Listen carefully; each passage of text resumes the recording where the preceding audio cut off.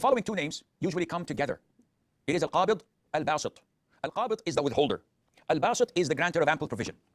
And these names, as we mentioned before, are usually combined when mentioned. So we don't mention one without the other, usually.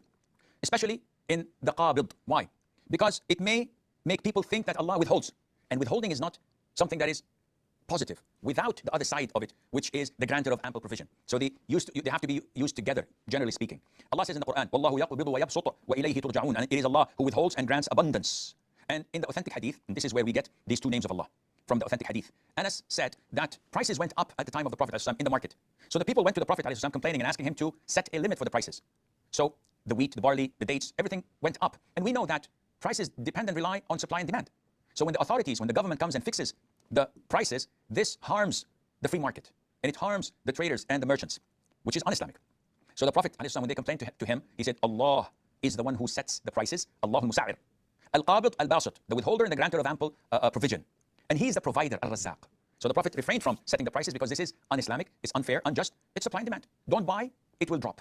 You keep on buying like crazy and nuts, the prices go up. So Allah is the one who withholds. Why? Because of his knowledge. He knows what's best for you. And he's the one who lets or grants ample provision. Why? Because he knows who deserves what. So withholding and granting provision is what is meant by Al-Qabid, Al-Basit. In my fist, this is Qabd, and this is Bast. Bastu, al-yad means to open it, to give. And to withhold, Al-Qabd, is to make a fist and refuse to release what's in it. So if you notice, Allah is the giver and the withholder. Allah gives life and takes it away. Allah makes things easy and makes others' life difficult. So this is why you cannot say Allah withholds without mentioning that he also provides abundantly.